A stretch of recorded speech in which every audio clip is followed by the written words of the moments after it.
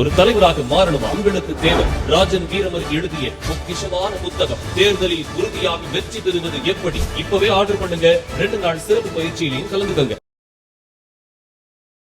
வணக்கம். இது தினமலரின் highlights. Powered by Rajan வீரமர் எழுதிய தேர்தலில் உறுதியாக வெற்றி பெறுவது எப்படி. நேற்று நடந்த திமுகவின் மாபெரும் இளைஞரணியுடைய பொதுக்கூட்டம். பல விஷயங்கள் இருக்கு, சுவாரஸ்யமான விஷயங்கள் பலது இருக்கு. 2 விஷயங்களை பத்தியும் கூடவே அந்த விஷயங்களை பத்தி பேச போறோம். விவரங்களை பார்க்கலாம்.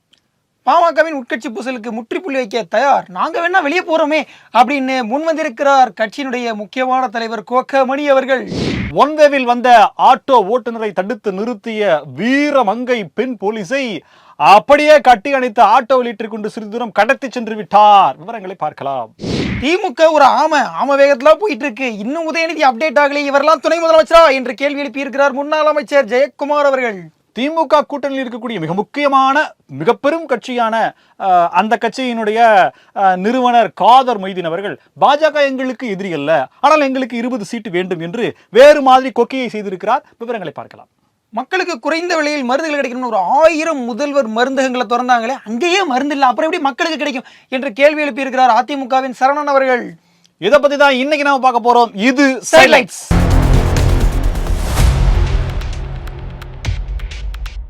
உள்ளபடியே இன்னைக்கு எபிசோட் என்னவாக இருந்திருக்கு தெரியுமா? திருவண்ணாமலை இளைஞரணியினுடைய அந்த மாநாட்டின் ஹைலைட்ஸ் அப்படின்னு போட்டு ஒரு 2-3 எபிசோடு போலாம். அவ்வளவு இருக்கு, அந்த அளவுக்கு கண்டென்ட் இருக்கு. எங்கிட்ட இருக்கு, அப்படியே வருது. ஆனா நேர பயன் கருதி எவ்வளவு சேர், 1.5 லட்சம் சேரா, நேரத்தினுடைய மதிப்பு மாண்பு கருதி ஹைலைட்ஸ் அப்படியே சுருக்கி சுருக்கி சுருக்கி சுருக்கி ரத்தின சுருக்கமா கொடுக்க போறோம். சரி கொடுங்க. பிரியாணி வந்து நிக்குது, பாதி பிரியாணி வந்துருச்சு. அவெல்லாம் நம்ம தொண்டர்களுக்கு கொடுக்குறாங்க. யாரு? திமுக தொண்டர்களுக்கு. அரவேக்கடா கொடுத்துறாங்க, முழுசா வச்சு கொடுக்குறாங்க. கொடுக்கும்போது பாத்தீங்கன்னா ஒருத்தர் கீழே உட்காந்து சாப்பிடுறாரியா, இவனுங்க வந்து அது பிரியாணி வாங்குறதுக்கு அடிச்சுக்கிட்டு அந்த சாப்பிட்றதுலயே வச்சு மிதிச்சு இந்த அளவுக்கு அசிங்கப்படுத்தி ஒரு பிரியாணிக்கு வக்கம் தான் இருக்காங்களா அப்படின்றது உள்ளபடியே கடும் வேதனை. திருக்கோவிலூர் திமுகல அந்த பீர் சேர்த்து கொடுத்தாங்க, அது எங்க கிடைக்கும்? ஓ அப்பா, கொடுத்தாங்க. கிண்டலுக்கா என்னன்றது தெரியல. உட்காந்து சாப்பிட்றான், அவனை சாப்பிட்றதுக்கு இல்ல. அப்புறம் பாத்தீங்கன்னா சமைக்கிறதுக்காக வச்சிருந்தா பாதி வெந்த கறியை அப்படியே அழகா தூக்கிட்டு போயிட்டாங்க.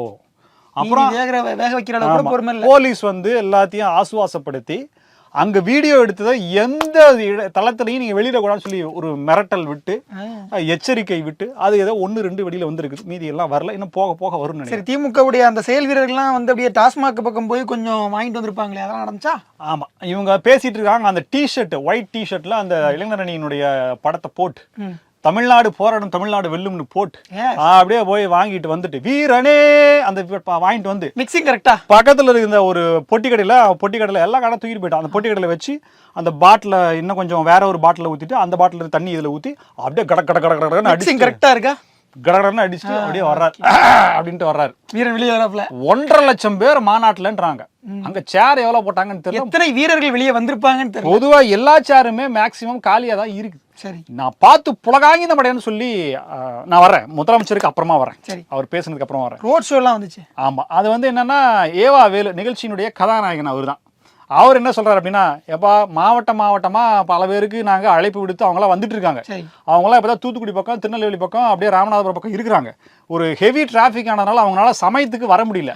சோ பின்னாடி இருக்கிற கோடிக்கணக்கான தொண்டர்கள் அப்படியே ஒரு 2-3 ஸ்டெப் முன்னாடி வந்து எங்கெல்லாம் காலிச்சார் இருக்கோ அங்கெல்லாம் உட்காந்து காலிச்சார்களே இல்லாத மாநாடு அப்படிங்கிற ஒரு சிறப்பை ஏற்படுத்தி சொல்லி அவர் வேண்டுகோள் விடுகிறார். சூப்பர், இருந்தா நாங்க வரவட்டபா எங்களுக்கு இதே கம்ஃபர்டபுளா இருக்குது அப்படின்னு சொல்லிட்டு அங்கேயே உக்காந்துட்டாங்க. இளம் பெரியார்னு யாரோ ஒருத்தர் இருக்காரு, அவரெல்லாம் பத்தி பேசி இதுல அந்த சேர் வாடகை கொடுத்தாங்க தெரியுங்களா, அவங்க எல்லாம் ரொம்ப சந்தோஷப்படுறாங்க. ஏன்னா சேர் இருக்குது. மாநாடு முடிந்த பிறகும் சேருக்கு எந்த பங்கமும் இல்லாம ஒட்டிய ஸ்டிக்கரோட அப்படியே புதுசா அப்படியே இருக்குது. கொடான கொடி நன்றி ஆண்டவர் சொல்லி சொல்லிருக்காரு. சோ இவங்க வராதனால அவருக்கு லாபம். முக்கியமாக முதலமைச்சர் பேசும்போது எத்தனை சங்கி படைகள் வந்தாலும் தமிழ்நாட்டை வென்று காட்ட முடியாது. நீங்க அன்பா வந்தீங்கன்னா அரவணைப்போம், அதிகாரமா வந்தா அப்படின்ற மாதிரி ரைமிங்ல டைமிங்கா பேசியிருக்காரு. இந்த சிம்மாசனத்தை மறந்துட்டீங்க, வெள்ளி சிம்மாசனம் தெரியுமா? சொல்றேன் எங்க போடாலும் சேர தூக்கிட்டு போயிடறாங்கன்ற மாதிரி பண்ணையாரு இந்த மைனர். ஆமா, அப்படியே அந்த வெள்ளி சிம்மாசனம் விட்டு அவரு கால் மேல காலை போட்டு 24 புலிகேசி மாதிரி உட்காந்து இணையத்துல சொல்றாங்க, நாங்க சொல்லல. அப்படி போட்டு கால் மேல காலை போட்டு டசக் டசக் டசக் தலைவரே அப்பா ராஜாராஜ ராஜேந்திர ராஜ குலோத்துங்க மூணையும் கம்பைன் பண்ண மாதிரி இருக்கு தலைவர். செங்கோலை எதிர்த்து விட்டு சிம்மாசனத்தை போட்டு உட்கார்ந்துக்கிறது. இளைஞரணி மாநாட்டுல வெள்ளி சிம்மாசனத்தை போட்டு உட்காரதுல என்ன பெருமை வந்துட போகுது அப்படின்ற மாதிரி. உதயநிதியை உட்கார வச்சு பட்டாபிஷேகம் பண்ணீங்கன்னா எல்லாம் சரியா பேர போகுது. கட்டுக்கோப்பான ஒழுக்கம் நிறைந்த தொண்டர்களால வீட்டுல இருந்து ஒரு பிச்சுவா கத்தி எடுத்துட்டு வந்துட்டானுங்க. வந்துட்டு அழகா அந்த வாழைத்தாரை வெட்டி அப்படியே போட்டிருக்கிற துண்டை சிம்மாடு கட்டி மழை அடிச்சு போவோமா அப்படின்ற மாதிரி ஊர்காலம் அப்படியே அழகா வாழைத்தாரை வச்சு அப்படியே போயிட்டு இருக்காங்க. எவ்வளவு தூரம் நடந்து போவீங்க? ஒரு உடன்பிறப்பு வாழைத்தாரை எப்படி கொண்டு போகணும் பயிற்சி எடுத்துட்டு வந்த மாதிரியான ஒரு அதான் அந்த பொண்ணு ஒண்ணு பேச்சு எக்ஸ்பிளேஷன்ல கூட பாருங்கடா, பார்த்து கத்துக்குங்கடா, ஒரு தொண்டன்னா எப்படி கட்டுக்கோப்பா வந்து போகணும், டிசிப்ளின் எப்படி மாநாட்டுல எடுத்துட்டு போகணுங்கிறத கத்துக்குங்க. நம்ம கவுண்ட் பண்ணி நோட் திஸ் பாயிண்ட். அந்த ஒவ்வொரு குணங்களையும் பத்தியும் மாப்பிள பார்க்க போவாங்க. இப்ப விஜயகாந்தும் கவுண்ட் பண்ணி இருப்பாங்கல்ல, பாத்துக்க மரியாதை மரியாதை அப்படிப்பாங்கல்ல, அது மாதிரி டிசிப்ளின். மேல இருந்து அப்படியே அந்த என்னது அந்த இளநீ கட்டியிருந்தாங்க, ஒரு வெட்டு வெட்டுற மாதிரி கீழே அப்படியே டபக்குன்னு பிடிக்கிற மாதிரி, அது கீழே கூட விழுந்துடக்கூடாது, அவ்வளவு அழகா எடுத்துட்டு அது கொண்டு போனாங்க. இதே விழாவில் அடுத்து திமுகவுடைய தலைவராக தளபதியாக யார் வரப்போகிறார், அதுக்காகத்தான் இந்த மாநாடு அப்படின்ற மாதிரி பேச்சுக்கள் இருக்கு. ஏன்னா இப்போ வந்து ஒரு மண்டலத்தில் நடந்திருக்கு, இன்னும் அடுத்து 3 மண்டலங்கள்ல நடக்கும். இளைஞர் அணியை சார்ந்த பல பேர் இனியினுடைய எண்ணிக்கை அதிகமாக இருக்கும்.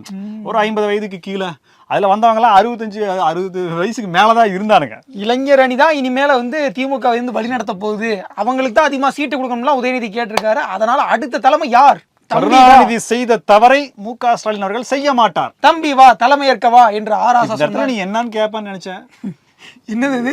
ஏன்னா அவர் உயிரோட இருந்த வரைக்கும் அவர் தான் திமுக தலைவரா இருந்தாரு, அவர் தான் முதலமைச்சராகவும் அப்ப ஐயா பதவியும் அலங்கரிச்சார். இந்த தேர்தலோட ஐயா ஸ்டாலின் அவர்கள் ரிட்டையர்மெண்டா அப்படின்ற கேள்வி வைக்க வேண்டிய சூழல் இருக்கு. ஏன்னா இவராவே கொடுக்குறாரு இல்லையா அப்படின்ற மாதிரி இருக்கு. மிக சிறப்பா ஒரு மாநாடு எப்படி நடக்கணும், டிசிப்ளினா வந்து போகணும், குப்பை போடாம தண்ணி அடிக்காம பிரியாணிக்காக அடிச்சுக்காம அங்க இருக்கக்கூடிய வாழைத்தார திருடாம இருக்கிற எல்லா சேரையும் நிரப்பி ஒரு கட்டுக்கோப்பான கூட்டத்தை நடத்தி முடிச்சிருக்காங்க. நம்பிக்கை இது எல்லாத்துக்கும் மேல அந்த கூட்டத்துக்கு போறதுக்கு முன்னாடி அங்கங்க உறுதிமொழி எடுத்திருக்காங்க. தமிழ்நாடு போராடும், தமிழ்நாடு வெல்லும் அப்படின்ற மாதிரி நின்று உறுதிமொழி எடுத்திருக்காங்க. அதுல பாருங்க ஒருத்தர் கோஷம் போடுறது ஒரு உறுதிமொழி என்ன எடுத்துக்காரு, பெறுவோம் 200 பெறுவோம் 200 அப்படின்னு இருக்காரு. பேமெண்ட்டை பத்தி பேசாதீங்கப்பா, தருவோம்ப்பா, ஏன் அவசரப்படுறீங்க? கீழே 200 ரூபா நோட்டை போட்டாங்க. டேய் நாங்க சொன்னது 200 தொகுதிகளை சொன்னோம்னா, அது எதுக்குடா மேட்ச் ஆகி இப்படி பண்ணிட்டு இருக்கிறீங்களா அப்படின்ற மாதிரி அது ஒரு ட்ரோலிங்ல போயிட்டு இருக்கு. இன்னும் நிறைய சம்பவங்கள் அப்படின்றது வந்துட்டே இருக்கு. எனக்கு ஞாபகம் வரும்போது இந்த ப்ரோக்ராமின் இடையினோட இந்த செய்திகளை கடத்துவோம். இருந்தாலும் தமிழ்நாட்டை திரும்பி பார்க்க வைத்திருக்கு இந்த திருவண்ணாமலை மாநாடு என்பது குறிப்பிடத்தக்கது. இது போதாதுன்னு இந்த திருவண்ணாமலை மாநாட்டுக்கு வந்தாங்க இல்லையா, அவங்களுடைய வாகனம் மோதி ஒருவர் இறந்திருக்காரு. கிட்டத்தட்ட ஒரு 100 மீட்டர் 150 மீட்டர் இழுத்து செல்லப்பட்டு உயிரிழந்தார் அப்படின்னும், உடனே அந்த இடத்துல ஒரு சாலை மறியல் போராட்டத்தை நடத்துறாங்க. உடனே வந்தது பாருங்க காவல்துறை பட்டை வந்து உடனே எல்லாத்தையும் எடுத்து போக சொல்லி டிராஃபிக்லாம் ஜாம் ஆகக்கூடாது சொல்லப்பட்டு எல்லாத்தையும் எடுக்க சொன்னாங்க. சட்டம் ஒழுங்கு சிறப்பா இருக்குல்ல? ஆமா, எவ்வளவு சிறப்பா இருக்குன்றத பாருங்க. சோ மாநாட்டுக்கு வந்த வாகனம் மோதி ஒருவர் உயிரிழப்பு அப்படிங்கிற செய்தியை எத்தனை ஊடகங்கள் சொல்லுச்சு அப்படின்றது இல்ல. மெயின் ஸ்ட்ரீம் மீடியால இப்ப நாங்க சொன்ன தகவல்களை எனக்கு தெரிஞ்சு மேக்சிமம் தகவல் இருக்கிறதுக்கான வாய்ப்புகளே கிடையாது. எல்லா ஊடகமுமே ஒரே பாட்டு தான், எங்கு காணினும் மக்கள் வெள்ளம் மக்கள் வெள்ளம் மக்கள் பெருந்தர் அப்படின்னு ஏஐ வச்சு நிறைய மக்களா வந்து அங்க சுத்தி இருக்கிற மாதிரியான டிசைனிங்லாம் வந்திருக்கு. ஸோ அதெல்லாம் பார்த்து திருவண்ணாமலையில் கூட்டத்தினால் திக்குமுக்காடியது திமுக மாநாடு என்று நம்புங்க. இந்த எரிகிற வீட்டில் பிடுங்கின மட்டும் லாபம் அப்படின்னு சொல்லுவாங்க. ஒரு கட்சி வந்து இப்போ 2ஆ பிளந்து எரிஞ்சிக்கிட்டு இருக்கு. அதில் பிடுங்கின வரைக்கும் லாபம் இல்லை, முடிஞ்ச அளவுக்கு ஊற்றி பெட்ரோலை வந்து ஊற்றி நல்லா ஜெகஜோதியாக எரிய விடுறாங்க. அந்த வேலையை தான் இன்றைக்கு ஒருத்தர் பார்த்துருக்காரு. ஆனால் அவர் என்ன சொல்கிறாரு, நாங்கள் இந்த பிரச்சனைக்கு முற்றுப்புள்ளி வைக்க போகிறோம் அப்படின்னு பேசுறாரு. முற்றுப்புள்ளி வைக்க போறாராமா. அதாவது கோகா மணி அவர்கள் பாமகவுடைய மிக முக்கியமான தலைவர், எம்எல்ஏ வேற இருக்காரு, கௌரவ தலைவர். அவர் பார்த்தீங்கன்னா ஒரு ப்ரெஸ் மீட் கொடுக்குறாரு. அதில் நான் ஐயாவும் சின்னையாவும் சேரணும், அதுக்காக நாங்கள் என்ன வேணாலும் பண்ண தயாராக இருக்கோம், எங்களெல்லாம் பிடிக்கல, பேசாமல் இருந்தாலே சேர்ந்துருவாங்களே, அதுதான் அது நடந்தாலே சேர்ந்துருவாங்க. ஆனால் என்ன சொல்கிறாரு, வேணும்னா நாங்கள் கட்சியை விட்டு வெளியேறிக்கிறோம், நீங்கள் கூப்பிட்டா மட்டும் கட்சிக்குள்ளே வரோம், இல்லைன்னா நாங்கள் வர்றதே இல்லை, நாங்கள் வேணால் வெளியேறிக்கிறோம், எங்களுக்கு எந்த பதவியுமே வேண்டாம் அப்படின்னு முற்றும் திறந்த. நாங்கள் தான் பிரச்சனையா, நாங்கள் வெளியில் போயிடுறேன், இப்போ கோகாமணி தான் பிரச்சனையா, நான் எம்எல்ஏ பதவியை ராஜினாமா பண்ணிடுறேன், நான் வெளியே போயிடுறேன், நீங்கள் எப்போ கூப்பிட்றீங்களோ விருப்பம் இருந்தால் கூப்பிடுங்க, அது வரைக்கும் நாங்கள் எந்த கட்சிக்கும் போக மாட்டோம், இப்படி தான் சொல்கிறாரு. ஆனால் சொல்கிற இவர் தான் அன்புமணி அவர்கள் மேலே கம்ப்ளைண்ட்டை டிஜிபி கிட்ட கொடுத்துருக்காரு ராமதாஸ் அவர்கள் சார்பாக. ஸோ இப்படிப்பட்ட வேலையெல்லாம் செஞ்சுட்டு, அது மட்டும் இல்லை, இன்னொன்று சொல்கிறார் என்ன தெரியுமா, ஐயா வீட்டு கண்குட்டி அது வந்து ஓடும் ஆடும் துள்ளி குதிக்கும் எட்டி வதைக்கும் அதெல்லாம் நாங்க தாங்கிக்கிட்டது இல்லையா. ரெண்டாவது அமைச்சர் பதவி அதை பத்திலாம் அன்புமணி எப்படி அமைச்சரானார் தெரியுமா, அதெல்லாம் நாங்க எங்களால நடந்ததுதான் அப்படி இப்படின்னு சொல்லி நிறைய விஷயங்களை கோர்த்து விட்டு கிட்டத்தட்ட எந்த அளவுக்கு விரிசலை பெருசாக்க முடியும் நாங்கள் தான் சேர்ப்போம் ஃபெவிகாலை கொண்டு வந்திருக்கிறோம். சின்னதா விட்ட விரிசலை 2 இன்ச்ல இருந்து 2 அடிக்கு மாத்தி விட்டு முடிஞ்ச அளவுக்கு பிளந்தாச்சு. நம்புங்கள், அவர் இருவரும் இணையவே பாடுபடுகிறார். இணையவான்றதுதான் தெரியல. சென்னை மயிலாப்பூர் பகுதியில் ஒரு ஆட்டோ ஒன்வேல வருது. சரி, ரோந்து காவலராக இருந்தவர், ரெண்டும் சொல்லப்போனால் அந்த இடத்துல வாகன சோதனையில் இருந்த ஒரு பெண் காவலர் நிறுத்தி பார்க்குறாரு. பார்த்தா அவர் மது போதையில் இருக்காருன்றது தெரிஞ்சு போச்சு. உடனே அவரை கூப்பிட்டு ஃபைன் போடுறதுக்காகவோ இல்லை வார்னிங் பண்ணுறதுக்காகவோ இல்லை மேற்கொண்டு அவர் ஆட்டோ ஓட்டாமல் இருப்பதற்கான முயற்சிகள் அவங்க எடுக்கிறாங்க. ஆனால் அந்த கண நேரத்தில் அவர் என்ன பண்ணுறாருன்னா, ஆட்டோ ஓட்டிக்கிட்டேவா என்னன்றத டீட்டெயில் ஃபுல்லாக வரல, இந்த பெண் போலீஸை கட்டி அணைத்து அப்படியே ஆட்டோவில் ஏற்றிக்கிட்டு ஓடுறாரு, ஓட்டிகிட்டே போகிறாரு. இந்த ஏஐ படத்துல வந்துட்டு ஒரு டிராஃபிக் போலீஸ் உள்ள இழுத்துட்டு அப்படியே போவாங்களே அந்த மாதிரியா? பெண் போலீஸ் கத்த ஆரம்பிச்சிடுறாங்க. பொதுமக்களும் சரி மற்றவர்கள் காவலர்களும் சரி ஓடி போய் துரத்தி பிடிச்சி நிறுத்தி அவருக்கு தகுந்த உபசரிப்புகளை கொடுத்து அப்புறம் அவங்கள தகுந்த சன்மானமும் வழங்கியிருக்காங்க. சன்மானம் வழங்கப்பட்டதாகவும் சொல்லப்படுது. ஆட்டோ ஓட்டுநர் யார், அவருடைய படம் என்ன, அவருடைய பின்புலம் என்ன, அவருக்கும் திமுகவிற்கும் ஏதேனும் சம்பந்தமா அப்படின்ற மாதிரியான பல கூடுதல் விவரங்களை வராதுன்றது எனக்கு தெரியும். பட் இந்த நேரத்துல தான் அப்பாவுடைய வார்த்தைகளை நீங்க வந்து கவனத்துல எடுத்துக்கணும். தமிழ்நாடு போராடும், தமிழ்நாடு வெல்லும், போதையின் பாதையில் செல்லாதீர்கள். ஏற்கனவே நம்ம திமுகவுக்கும் அதிமுகவுக்கும் நடுவில் வாக்கிய தகராறு இருக்கு. அவ்வளவுதானா? அது இப்ப பெருசா மாறுது, பங்காளி சண்டையா மாறுது. அதாவது என்னன்னா, கொஞ்ச நாளைக்கு முன்னாடி அமைச்சர் ஜெயக்குமார் அவர்கள் திமுக வந்து சாடி பேசியிருந்தாரு. அதற்கு திரும்ப உதயநிதி அவர்கள் திரும்ப பேசுறாரு. மேடையில திருவண்ணாமலை மேடையில பேசியிருக்காரு. யாரையாவது வரண்டாளுக்கணும்லப்பா, ஒரு மாநாடு அல்லவா, இருக்கிற தொண்டர்களை உற்சாகப்படுத்த வேண்டாமா? ஆமா, அதாவது அதிமுக எவ்வளவு நாளைக்கு தான் ஜெயலலிதா பத்தியே பேசுறது? அதிமுக வந்து ஒரு பழைய இன்ஜின். அது வந்துட்டு இப்போ வந்து எதையுமே தள்ள முடியாம தள்ளிக்கிட்டு இருக்கு, ரொம்ப கஷ்டப்படுது. அதுலயும் பாத்தீங்கன்னா சில இன்ஜின்லாம் ஆஃப் ஆயிரும். அது என்ன பண்ணுவாங்க, சிலரை வந்து கூப்பிட்டு வச்சு ஏப்பா தள்ளி விடுப்பா, தள்ளி விட்டு ஸ்டார்ட் பண்ணுப்பா அப்படின்னு தள்ளி விட்டு ஸ்டார்ட் பண்ணுவாங்க. அந்த மாதிரி இப்போ அதிமுக தள்ளி விட்டு ஸ்டார்ட் பண்ணுறதுக்கு தான் பாஜகவை கூப்பிட்டுருக்காங்க அப்படிங்கிற மாதிரி உதயநிதி சொல்ல. எப்படி இந்த மாநாட்டில் துரைமுருகனையா சொன்னார் இல்லையா, இளைஞரணி மாநாடுங்கிறத வந்து சும்மா 4 பேர்த்த வச்சு ஆரம்பிச்சோம், இன்னைக்கு ஆலமர விருட்சமா வளர்ந்துருக்குது, எல்லாத்துக்கும் 60 வயசு ஆகி போச்சு. ஆனால் இளைஞரணியில் இருக்காங்க. சரி விடுங்க. இப்போ என்னன்னா, அப்படி வந்து கேட்டதற்கு இன்றைக்கு முன்னாள் அமைச்சர் ஜெயக்குமார் அவர்கள் பதில் சொல்லியிருக்காரு. ஏங்க, நீராவி இன்ஜின்லாம் எந்த காலகட்டத்திலங்க இருக்குது, இப்போல்லாம் இன்ஜின்லாம் மாறி போச்சுங்க. இப்போ புல்லட் ட்ரெயின் அளவுக்கு வந்துருச்சு. அதிமுக வந்து புல்லட் வேகத்தில் போயிட்டு இருக்கு, புல்லட் ட்ரெயின் வேகத்தில் போயிட்டு இருக்கு. இது கூட தெரியாமல் அப்டேட்டே ஆகாமல் இருக்கார் உதயநிதி. அவர் திமுக ஒரு ஆமை மாதிரி மெதுவாக அசைஞ்சு ஓடிக்கிட்டு இருக்கு. நாங்கள் பாருங்க இப்போ இது விருப்பமனு வாங்க ஆரம்பிச்சிட்டோம். அன்றைக்கி பார்த்தீங்கன்னா முயல் மாதிரி ஓடிக்கிட்டு இருக்கோம். எம்ஜிஆர் மாளிகையில் அதிமுக. ஆனால் இந்த கதையில் யார் ஜெயிச்சாங்க அது தெரியல. அதிமுகவுடைய தலைமை அலுவலகமான எம்ஜிஆர் மாளிகையில் இன்னைக்கு கூட்டம் படுபயங்கரமா இருக்கு. கூட்டம் வரவே முடியல. 15,000 ரூபாய் ஒரு விருப்ப மனுவுக்கு வீதம் பலரும் விருப்ப மனுவை வாங்க தொடங்கியிருக்காங்க. சென்னை புறநகர் மாவட்ட செயலாளர் தான் முதல் விருப்ப மனுவை தனக்கும் எடப்பாடி பழனிசாமி அவர்களுடைய தொகுதியில் அவருக்கும் விருப்ப மனு வாங்கியிருக்காங்க. திமுகவுக்கும் அதிமுகவுக்கும் வேற நீதி கிடையாது, அதேதான் இங்கேயும். ஆமா, அங்க 15,000 இங்க 50,000 ரூபாய் விருப்ப மனு திமுகவுக்கு. போன தடவை இந்த தடவை எவ்வளவு தெரியல, அதனால சொன்ன உடனே தெரிய போகுது. ஸோ நாங்க விருப்ப மனு வாங்க ஆரம்பிச்சு முயல் வேகத்துல போயிட்டு இருக்கோம், அவங்க ஆமை வேகத்துல இன்னும் பின்னாடி தான் வந்துட்டு இருக்காங்க அப்படின்னு சொல்லி ஜெயக்குமார் சொல்லியிருக்காரு. திமுக கூட்டணியில் இருக்கக்கூடிய மிகப்பெரிய கட்சியினுடைய தலைவர் காதர் மொய்தீன். பெரிய கட்சி காங்கிரஸ், பெரிய கட்சின்ற காதர் மொய்தீன் பேரையே சொல்லிட்டேன். Indian Muslim league. Okay, super. அவர் என்ன சொல்றாங்கன்னா, பாஜக எங்களுக்கு எதிரி அல்ல, அரசியல்ல நிரந்தர எதிரியும் நண்பனும் எப்பயுமே இருக்கணும் அப்படின்ற மாதிரி என்ன அவசியம் இல்லை, மாறலாம் அப்படின்ற கருத்துக்களை சொல்லிருக்காரு. சொல்லிட்டு இதுக்கு என்ன அர்த்தம்னா, அதிமுக கூட நாங்க போவோம் அப்படியா சொல்லிட்டு 20 சீட்டு கேட்டிருக்கோம் அப்படின்னு சொல்லியிருக்காரு. சூப்பர். பல விஷயங்கள் திருப்பரங்குன்ற விஷயத்தை பத்தி எல்லாம் பேசியிருக்காரு. ஆனா சோ இங்க வந்து யாருமே இஸ்லாமியல் மற்றும் ஏதாவது இஸ்லாமியர்களும் இந்துக்களும் பெரிய அளவுல பிரிவினையோட எல்லாம் இல்ல, ஒற்றுமையோட தான் இருக்கிறோம் அப்படின்ற மாதிரி திமுகவுக்கு கொஞ்சம் சங்கடத்தை ஏற்படுத்தக்கூடிய பல கருத்துகள் பொதிந்த விஷயங்களை அவர் பொதி பண்ணிட்டு 20 சீட்டு வேணும் அப்படின்றத சொல்லியிருக்காரு. சூப்பர். அதாவது பல தொகுதிகளில் நாங்க உங்களுக்கு வெற்றி பெற்று தர்றோம், நீங்க எங்களுக்கு 20 சீட்டு தரக்கூடாதா? நல்ல விஷயம் தானே. எங்களை வச்சுதான் திருப்பரங்குன்றத்தில் நீங்க பிளேவே பண்றீங்க, அப்ப எங்களுக்கு ஏன் கொடுக்க கூடாது அப்படின்ற ஒரு கேள்வி. அது மட்டும் இல்ல, அதிமுக சைட்ல தர்றதுக்காக பேசிட்டு இருக்காங்க, நாங்க அங்க கூட போவோமே அப்படின்னு டேரக்டா சொல்லியிருப்பாங்க போல.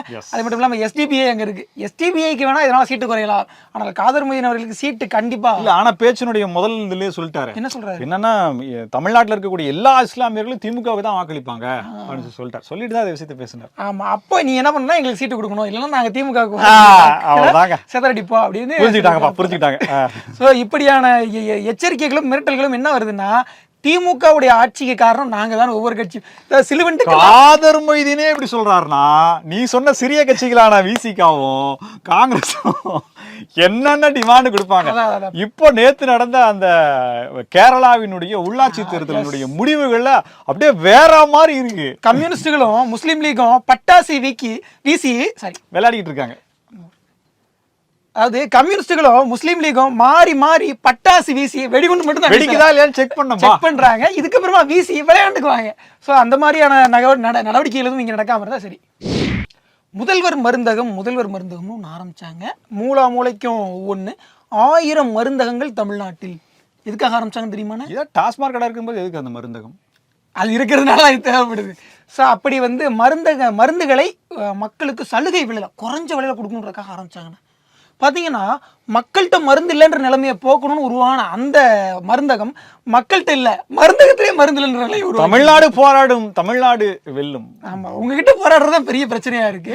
ஒவ்வொரு ஸ்கீமுக்கும் போராட வேண்டியதா இருக்கு. ஐசியூவில் மருத்துவத்துறை அப்படின்னு அட்டப்படம் போட்ட பிறகும் இந்த மருந்தகத்தை திறந்தாங்க. இன்னைக்கு வரைக்கும் இந்த மருந்தகத்துல மருந்து இல்லைங்கிற குற்றச்சாட்டுகள் நிறைய வந்துருச்சு. சோழவரம் ஏரியில 40 கோடி ரூபாயில கரையை பலப்படுத்துறேன்னு சொல்லி திட்டம் பணத்தை ஒதுக்கி பண்ணாங்க. 44 கோடி. வா, எங்க இத்தாலியில இருந்து மார்பிள் கல்லாம் கொண்டு வந்து பண்ணாங்களா, இஸ்தான்புல்ல இருந்து எடுத்து வந்தாங்களான்றது தெரியல. மழையில சமீபத்துல பெஞ்சது இல்லையா மழை, அந்த மழையில கரைஞ்சு போச்சு. 44 கல்லு எப்படா கரையும்? டேய், பால் பொங்கும், பச்சை தண்ணி எப்படா பொங்கும்? 44 கோடியுமா கரைஞ்சு போச்சு. 44 கோடியும் கரைஞ்சு போச்சு. இதுல என்னன்னா, அதை யாராவது போட்டோ எடுத்து போட்டுருவாங்க சொல்லி தமிழருடைய மானம் கப்பலேறி விடும், தலைகுனிய விடமாட்டோம் தமிழகத்தின் சொல்றது அதுக்கு தார்பாய் போட்டு மூடிருக்காங்க. அந்த தார்பாய் கணக்கு யார் எழுதுனாங்கன்ற இப்போ ஒரு பெரிய கேள்வியா இருக்குது. 40 கோடி கரையை பலப்படுத்த, அது புஷ்ஷு. அந்த கரையை பலப்படுத்தாமல் விட்டு கரை தரிந்து விட்டதால் அதனுடைய மானம் வெளியே வராமல் இருக்க தார்பாய் போட்டு கமுத்தப்படுகிறது. அந்த ஆட்சியில அம்மா கிளினிக் கொண்டு வந்தாங்க. அதை மூடிட்டு இவங்க அந்த முதல்ல மருந்தகத்தை திறந்தாங்க. அதுவும் பயன்பாட்டில் இல்லை, இதுவும் பயன்பாட்டில் இல்லை. ஆக மொத்தம் மக்களுடைய மருத்துவ வசதி. நான் மீண்டும் சொல்லிக் கொள்கிறேன், தமிழ்நாடு தலைகுனியாது, தமிழ்நாடு போராடும், தமிழ்நாடு வெல்லும். போராட முடியல இவங்களோட. இதே போல பல புதிய தகவல்களோடு மீண்டும் உங்களை சந்திக்கிறோம். இது சைலைட்ஸ். நன்றி.